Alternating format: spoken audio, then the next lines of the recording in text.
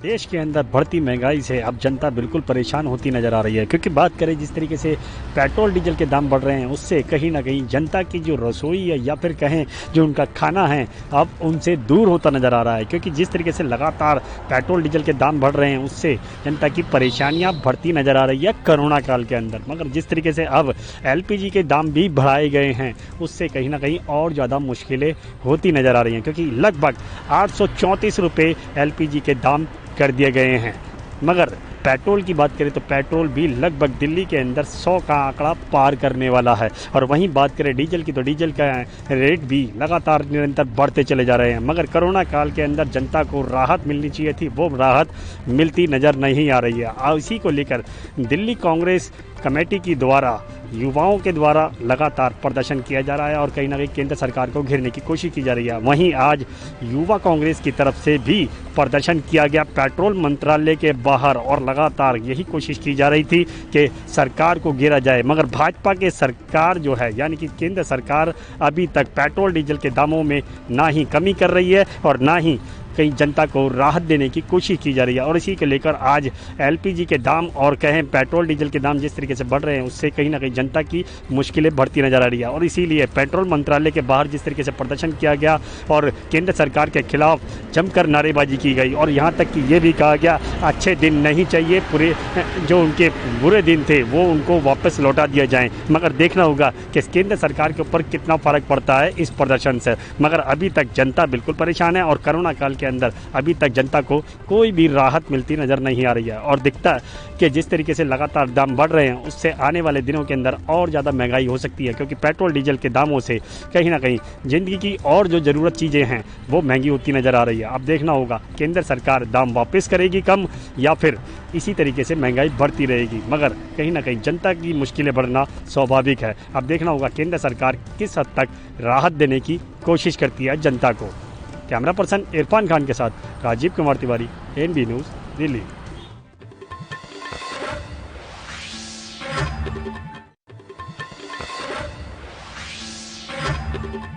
भाजपा को घेरने का प्लान कांग्रेस का उल्टा पड़ता नजर आ रहा है। बात कर रहे हैं भिंड जिले के गोहद विधानसभा की, जहां लगभग 6 माह पहले उपचुनाव हुए थे और इसके बाद अभी तक कोई कार्यकर्ता मीटिंग नहीं बुलाई थी। इसी को लेकर खासकर नाराजगी कार्यकर्ताओं की ओर से चल रही थी, जिस पर वहां के स्थानीय विधायक मेवाराम जाटव के द्वारा कार्यकर्ता मीटिंग बुलाई जाती है, जिस पर महिला नेत्रियों के द्वारा कई समस्याओं को लेकर मुद्दे उठाए जाते हैं और एक दूसरे से महिला नेत्री आपस में भिड़ जाती हैं और तो और मंच पर माइक की छीना झपटी भी की जाती है।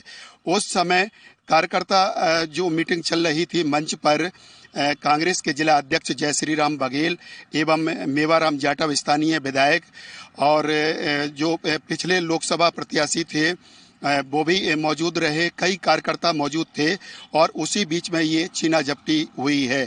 अब ऐसे में जहां भाजपा को घेरने की प्लानिंग चल रही थी और इसी के तहत ये कार्यकर्ता मीटिंग बुलाई थी, लेकिन जब कांग्रेस में खुद दो टूक देखे गए, दो फाड़ देखे गए, जिससे लगता है कि कहीं ये भाजपा को घेरने का प्लान जो कांग्रेस का चल रहा था वो उल्टा पड़ता नजर आ रहा है। ANB न्यूज के लिए कैमरा पर्सन के साथ प्रदीप राजावत, भिंड।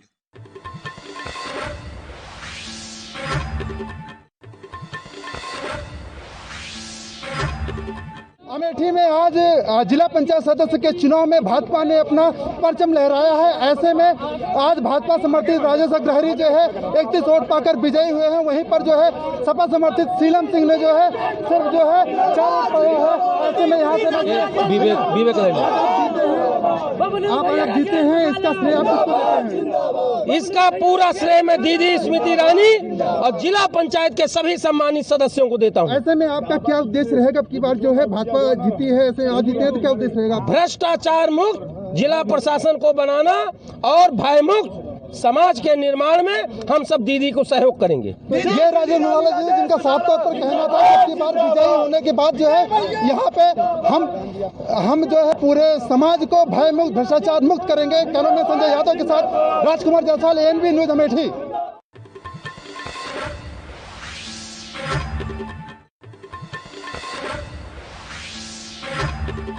पूर्व मंत्री व पूर्व सांसद कांग्रेस से सज्जन सिंह वर्मा के खिलाफ दर्ज हुए मुकदमे को लेकर आज इंदौर और पूरे प्रदेश भर में कांग्रेस ने किया प्रदर्शन। ज्ञात हो कि पूर्व सांसद और पूर्व मंत्री सज्जन सिंह वर्मा नेमावर पहुंचे थे, जहां पर 5 लोगों की हत्या कर दी गई थी। उस दरमियान वहां पर पहुंचने के बाद एक पुल के उद्घाटन पे विलंब होने की वजह से, उस पुल के फीता काट देने की वजह से उन पर जो दर्ज हुआ था मुकदमा, उसको लेकर अब कांग्रेस जगह जगह प्रदर्शन कर रही है। कांग्रेस का साफ तौर पर कहना है कि भारतीय जनता पार्टी की तरफ से कांग्रेस पर निशाना साधते हुए कांग्रेस के कार्यकर्ताओं पर मुकदमा दर्ज किया जा रहा है, जो कि पूरी तरह से गलत है। इसी को लेकर आज बड़ी तादाद में कांग्रेसी इंदौर संभाग आयुक्त के पास पहुंचे और ज्ञापन देकर राज्य पर इस तरह की जो घटनाएं हो रही हैं और लगातार कांग्रेस पर जो मुकदमे दर्ज किए जा रहे हैं, उन सभी का विरोध करते हुए कांग्रेस के कई कार्यकर्ता आज पवन शर्मा, जो कि इंदौर के संभाग आयुक्त है, वहां पहुंचकर ज्ञापन दिया। और इस तरह की घटनाएं और इस तरह के जो झूठे मुकदमे कांग्रेस कार्यकर्ताओं पर दर्ज किए जा रहे हैं, कांग्रेस ने उसका विरोध किया।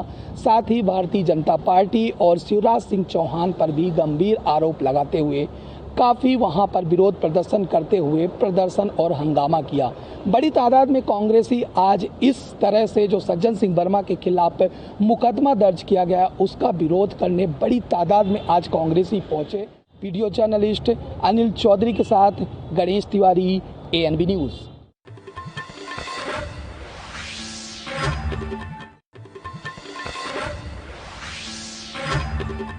महाराष्ट्र के स्वास्थ्य मंत्री राजेश टोपे ने औरंगाबाद में 9 एम्बुलेंसों का उद्घाटन किए। उनका मकसद है कि जो टीकाकरण चल रहा है वो गांव-गांव सही समय पर पहुंच सके।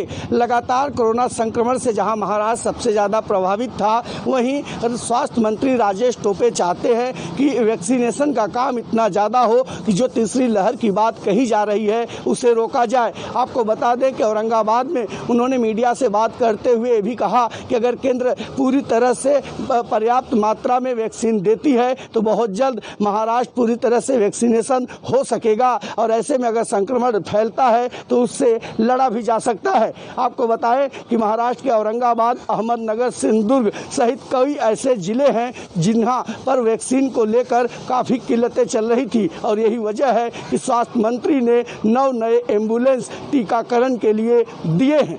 ANB न्यूज़ के लिए मुंबई से मुरारी सिंह।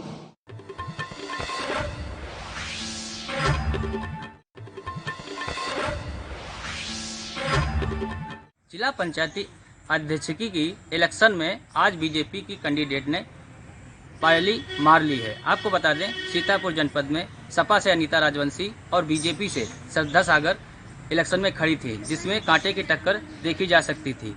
आज वोटिंग के बाद श्रद्धा सागर ने 56 वोटें पाकर विजय हासिल की है। वहीं देखा जाए तो कोविड-19 की गाइडलाइन की सभी नियमों की धज्जियां उड़ाई गई हैं। अधिकारी से लगाकर नेता तक कोई भी सोशल डिस्टेंसिंग या मास्क का उपयोग करते नजर नहीं आए हैं। भीड़ का जमावड़ा लगा हुआ है। कहीं न कहीं दूसरी लहर आने के बाद तीसरी लहर आने की संभावना है, और कोविड-19 की गाइडलाइन की जरा सा भी पालन नहीं किया गया है, जबकि कोरोना लगातार बढ़ता नजर आ रहा है। कैमरा पर्सन श्याम गुप्ता के साथ अनूप पांडे, ANB न्यूज़, सीतापुर।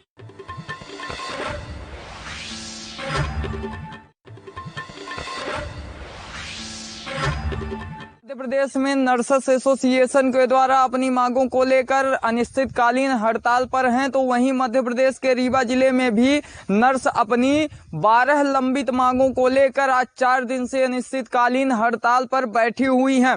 नर्सों के द्वारा साफ तौर पर यह बोल दिया गया है कि जब तक उनकी मांगें पूरी नहीं होती तब तक वह हड़ताल पर बैठी रहेंगी, और जब तक उन्हें 2nd ग्रेड का दर्जा नहीं मिल जाता तब तक उनकी हड़ताल खत्म नहीं होगी।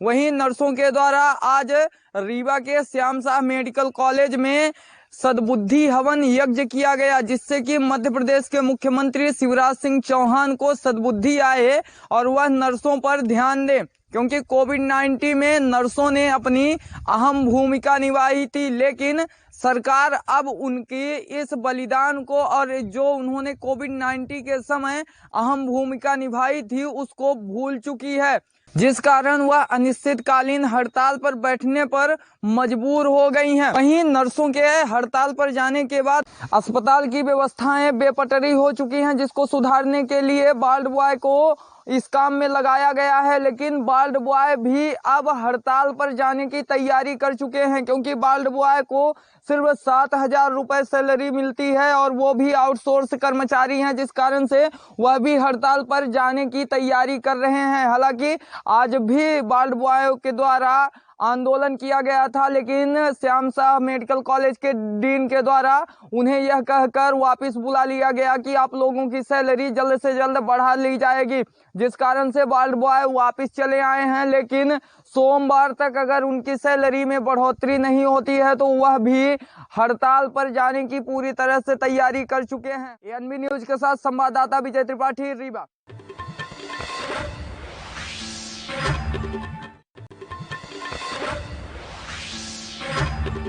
शिवपुरी में बारिश आने से पहले संभावित खतरे को देखते हुए शिवपुरी एसडीएम अरविंद वाजपेयी ने शिवपुरी के तमाम पर्यटक स्थलों पर धारा 144 लागू कर दी है।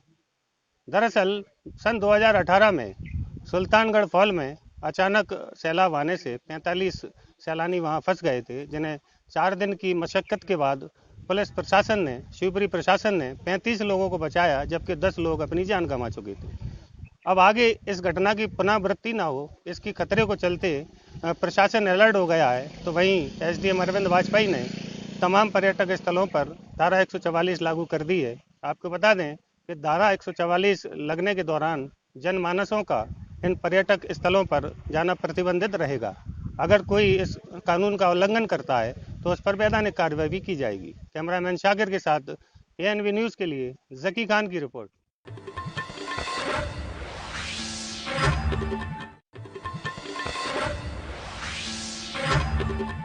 धर्म नगरी अयोध्या के पटरंगा थाना क्षेत्र में अयोध्या एसएसपी शैलेश कुमार पांडे के निर्देश पर वाहन चेकिंग अभियान चलाया जा रहा था। अभियान के तहत पटरंगा पुलिस को एक बड़ी सफलता हाथ लगी है, जो कि वाहन चोरों का पर्दाफाश किया गया। वाहन चोरों की संख्या 4 बताई जा रही है। उनके पास से 15 मोटरसाइकिल बरामद किए गए हैं।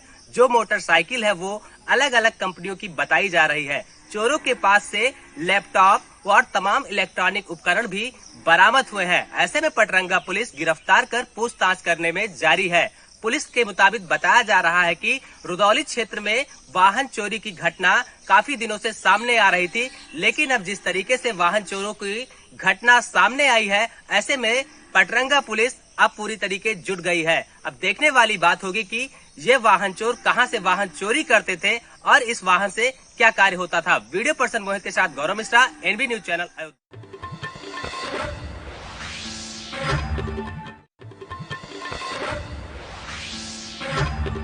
कासगंज जनपद के भी जिला पंचायत अध्यक्ष चुनाव के परिणाम घोषित हो चुके हैं। आपको बता दें, जहां पर सपा प्रत्याशी समर्थ यादव को 9 वोट मिले हैं, वहीं पर बीजेपी समर्थित रत्नेश कश्यप को 14 वोट मिले हैं। वहीं पर विजयी घोषित हुए रत्नेश कश्यप ने बताया है कि मैं अपने क्षेत्र में विकास ही विकास करूंगी। आप देख सकते हैं इस समय मैं मौजूद हूं कासगंज कलेक्ट्रेट पर, जहां पर भाजपा प्रत्याशी जो रत्नेश कश्यप हैं उनके समर्थकों की भीड़ आपको दिखाई देगी, जो कि अभी विजयी घोषित होकर निकली हैं। आपको बता दें, रत्नेश कश्यप निर्दलीय प्रत्याशी थी, जिन्होंने बाद में भाजपा से समर्थन लिया। कासगंज से एएनबी न्यूज़ के लिए मैं अतुल यादव।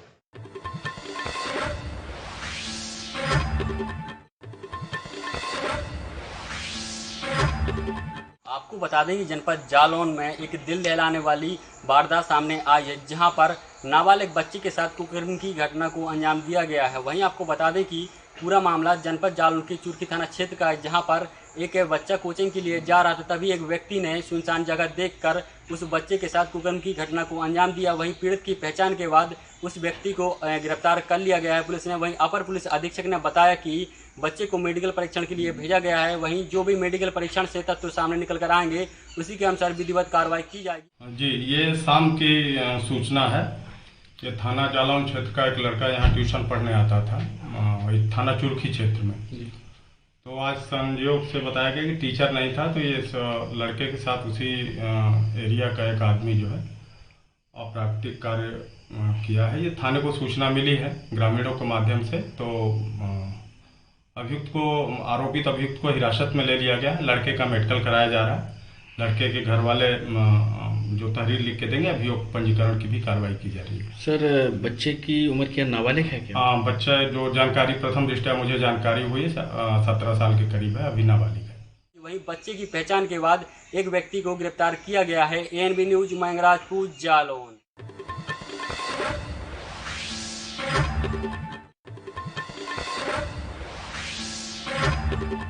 गोरखपुर के नौका विहार और मुख्यमंत्री के ड्रीम प्रोजेक्ट पर जलकुंभी ने ग्रहण लगा दिया है। कई वर्षों से लगातार यहां जलकुंभी लग रही है और उसको हटाने के लिए टेंडर भी जारी कर दिया गया है, लेकिन जलकुंभी है कि निकलने का नाम ही नहीं ले रही है। इसको लेकर अब गोरखपुर में सियासत भी गर्म हो गई है। कांग्रेस पार्टी ने आज कमिश्नर को ज्ञापन दिया है और आरोप लगाया है कि जो टेंडर दिया गया है जलकुंभी हटाने के लिए वो विगत 2-3 वर्षों से है, लेकिन जलकुंभी हटने का नाम नहीं ले रही है। इसके साथ ही जलकुंभी हटाने के लिए रेलिंग भी तोड़ी जा रही है, जो सरकारी पैसे का दुरुपयोग है। तो कुल मिला कर के मुख्यमंत्री के ड्रीम प्रोजेक्ट पर जलकुंभी ने ग्रहण लगा दिया है। समय सीमा भी निर्धारित की गई है इस जलकुंभी को हटाने के लिए, लेकिन जलकुंभी जस की तस बनी हुई है। ये ड्रीम प्रोजेक्ट गोरखपुर में जो पर्यटक आते हैं उनके लिए किसी ड्रीम प्रोजेक्ट से कम नहीं है और यहाँ लोग ड्राइव करने के लिए भी आते हैं। फिलहाल संस्था कब ये जलकुंभी हटाएगी ये आने वाला समय ही बताएगा। ANB न्यूज के लिए गोरखपुर से गोविंद कुशवाहा।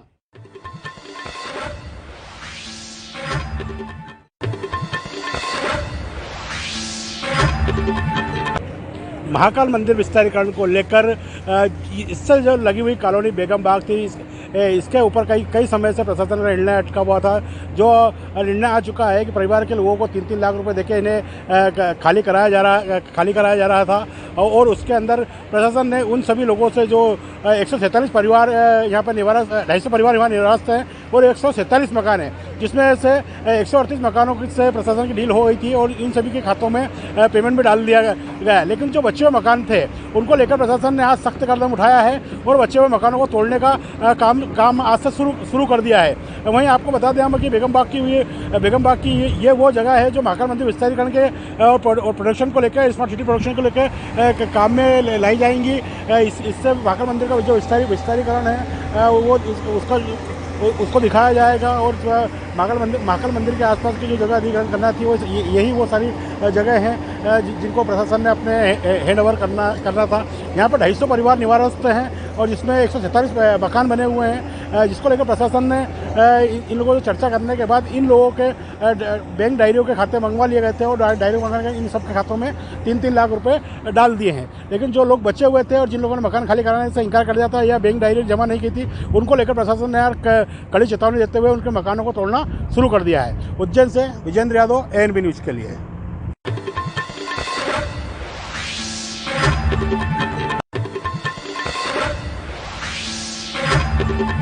कुशीनगर के जिला पंचायत अध्यक्ष की कुर्सी पर भारतीय जनता पार्टी का कमल खिला है। भाजपा प्रत्याशी सावित्री जायसवाल ने सपा प्रत्याशी रीता यादव को 31 मतों से हराकर जिला पंचायत अध्यक्ष की कुर्सी पर कब्जा हासिल किया है। ज्ञात कि इसके पूर्व में भाजपा का ही यहाँ पर कब्जा रहा है। वहीं लगातार दूसरी बार भाजपा ने कुशीनगर में अपना जीत हासिल किया है। सुबह 11 बजे से लेकर शाम 3 बजे तक चले वोटिंग में 46 वोट भाजपा प्रत्याशी के पक्ष में पड़े तो वहीं 15 वोट सपा प्रत्याशी के पक्ष में पड़े। इस प्रकार 3 बजे बाद आए इस रिजल्ट में सपा के प्रत्याशी को 31 मतों से हराकर भाजपा प्रत्याशी सावित्री जायसवाल ने जीत दर्ज किया है। अब देखना है जीत के बाद भाजपा जो प्रत्याशी है सावित्री जायसवाल वो कुशीनगर को विकास के पथ पर कितना आगे ले जाती है। ANB के लिए कुशीनगर से राजकुमार गिरी।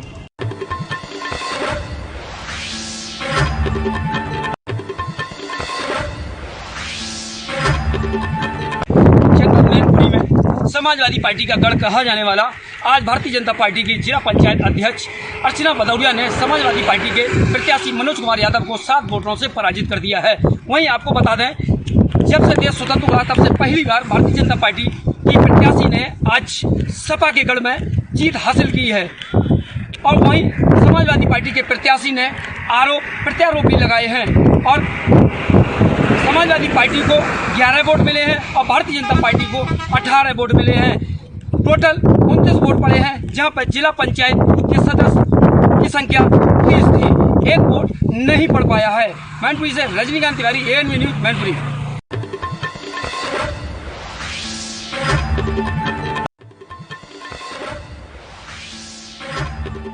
संभल के जिला मुख्यालय पर चल रहे जिला अध्यक्ष चुनाव को लेकर के काफी गहमा गहमी देखने को मिली है। बता दें कि यहां पर बीजेपी पार्टी की ओर से अनामिका यादव तथा सपा पार्टी की ओर से प्रिया यादव को आमने सामने लाया गया है। बता दें कि दोनों के बीच काफी झड़प हुई है, जहां इनके समर्थक आपस में किसी बात को कहा सुनी को लेकर के आपस में झगड़ गए, जहां जिलाधिकारी संजीव रंजन ने पहुंच मामले को शांत कराया। वहीं प्रशासन की व्यवस्था की बात करें तो पुलिस अधीक्षक चक्रेश मिश्र तथा अपर पुलिस अधीक्षक आलोक कुमार जायसवाल ने जाकर के मामले को शांत किया है।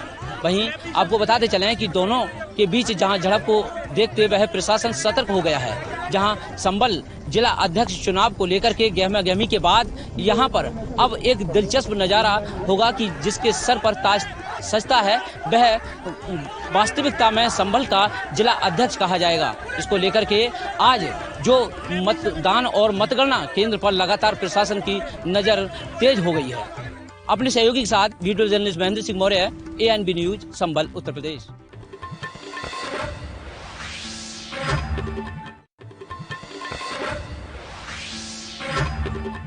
लखीमपुर खीरी जिले के इंडो नेपाल बॉर्डर गौरीफंटा स्थित कस्टम कार्यालय का आज कमिश्नर वेद प्रकाश शुक्ला ने औचक निरीक्षण किया है। निरीक्षण के दौरान उन्होंने कस्टम कार्यालय में मौजूद अभिलेखों को चेक किया है, तो वहीं उन्होंने मौके पर मौजूद अधिकारियों को आवश्यक दिशा निर्देश भी दिए हैं। इस दौरान उन्होंने कस्टम अधिकारियों के द्वारा की जा रही कार्यप्रणाली से पूरी तरह से वह संतुष्ट दिखाई दिए हैं। वहीं आपको बता दें, इस दौरान उन्होंने भारत नेपाल सीमा पर आयात निर्यात करने वाले व्यापारियों से भी बात की है और उनकी समस्याओं को जाना है। इस दौरान उन्होंने कस्टम कार्यालय की खस्ताहाल स्थिति को देखते हुए जल्द ही नया कस्टम ऑफिस बनवाने का आश्वासन भी अधिकारियों को दिया है, जिससे कि वह हो रही परेशानियों से निजात पा सके। ANB न्यूज के लिए फारूक हुसैन, लखीमपुर खीरी।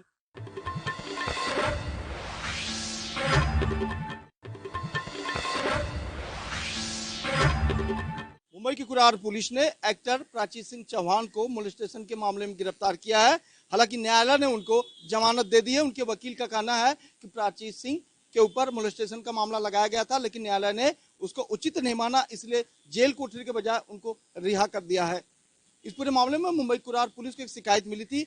एक साउथ इंडियन नीतू सिंह नामक महिला ने आरोप लगाया था कि प्राची सिंह ने उसको अपने घर पे पार्टी के दौरान बुलाया था, लेकिन जब वो दोनों ड्रिंक कर रहे थे, इस दौरान प्राची सिंह ने उनके साथ जो है छेड़छाड़ करने की कोशिश की। लिहाजा मुंबई कुरार पुलिस ने उनको गिरफ्तार किया था, लेकिन आज उनको जमानत मिल गई है। प्राची सिंह चौहान नाम है उनका और वो एक एक्टर है।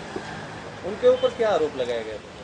उनके ऊपर एक ये आरोप लगाया गया था कि उनके घर में कोई पार्टी चल रही थी, उस समय कंप्लेनेंट के साथ में कुछ बदसलूकी हुई थी, ऐसा कंप्लेनेंट का कहना है, लेकिन ऐसा कोई भी वाकया हुआ नहीं था। लेकिन कंप्लेनेंट खुद उनके घर पे प्राची के घर पे गई हुई थी, इस तरह की पार्टी दौरान हुआ। हाँ, वो वहाँ पे गई हुई थी, ऐसा कोई इंसिडेंट हुआ नहीं था। अब पता नहीं क्यों झूठा आरोप लगाया, उसका आगे जाके देखेंगे।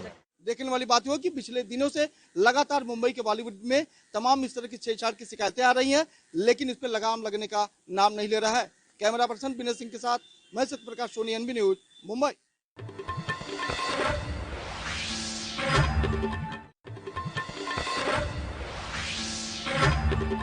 इरफान खान फिल्मों की दुनिया में एक ऐसा नाम जिन्होंने अपनी एक्टिंग की बदौलत मायनगरी मुंबई से लेकर हॉलीवुड तक अपना डंका बजाया। लेकिन कहते हैं ना कि मौत किसी को नहीं छोड़ती और ना ही मौत का कोई मुकर्रर वक्त होता है। यही वजह थी कि इरफान खान हम सबको छोड़कर पिछले साल इस दुनिया को हमेशा के लिए अलविदा कह गए। अब उनकी फिल्म आज यूट्यूब पर दुबई रिटर्न के नाम से रिलीज हुई है। ये फिल्म सिनेमा घरों में रिलीज नहीं हो सकी थी। इरफान के बेटे बाबिल ने इसकी जानकारी इंस्टाग्राम के जरिए साझा की है। बाबिल के इस ऐलान के बाद इरफान के फैंस काफी उत्साहित हैं और उन्होंने अपना उत्साह कमेंट्स के जरिए जाहिर भी किया है। दुबई रिटर्न 2005 की फिल्म है। इरफान की केंद्रीय भूमिका वाली फिल्म में उन्होंने आफ्ताब अंग्रेज नाम के गैंगस्टर का रोल निभाया है। फिल्म का डायरेक्शन आदित्य भट्टाचार्य ने किया था। इरफान के अलावा फिल्म में विजय मौर्य, रजाक खान और दिव्या दत्ता प्रमुख भूमिकाओं में हैं। अपने पिता की तरह बाबिल भी एक्टर बनने जा रहे हैं। कुछ दिन पहले ही उन्होंने बताया था कि एक्टिंग करियर को जारी रखने के लिए वो पढ़ाई को छोड़ रहे हैं। एक लंबी इंस्टाग्राम पोस्ट के जरिए बाबिल ने अपने कॉलेज और दोस्तों को अलविदा कहा था। बाबिल यूनिवर्सिटी ऑफ वेस्टमिंस्टर में पढ़ाई कर रहे थे। इरफान का निधन पिछले साल 29 अप्रैल को हुआ था। इरफान की आखिरी रिलीज फिल्म अंग्रेजी मीडियम थी, जिसमें राधिका मदान और करीना कपूर खान ने भी लीड रोल्स निभाए थे। इरफान ने अपने करियर में कई यादगार फिल्मों में काम किया। बाबिल अब अपने पिता की लेगेसी को आगे बढ़ाने के लिए तैयार है। सोशल मीडिया में सक्रिय बाबिल पिता से जुड़ी यादें अक्सर शेयर करते रहते हैं। तो बहरहाल दुबई रिटर्न्स यूट्यूब पर रिलीज हो चुकी है। दुनिया भर के इरफान खान के फैंस उस फिल्म को लगातार देख रहे हैं। ये कहना तो फिलहाल जल्दबाजी होगी कि दुबई रिटर्न्स कामयाब कितनी हो पाती है, लेकिन ये तय है कि इरफान खान की किरदारी से कोई भी इनकार नहीं कर सकता। कैमरा पर्सन बलविंदर के साथ मैं जुबैर खान, ANP न्यूज।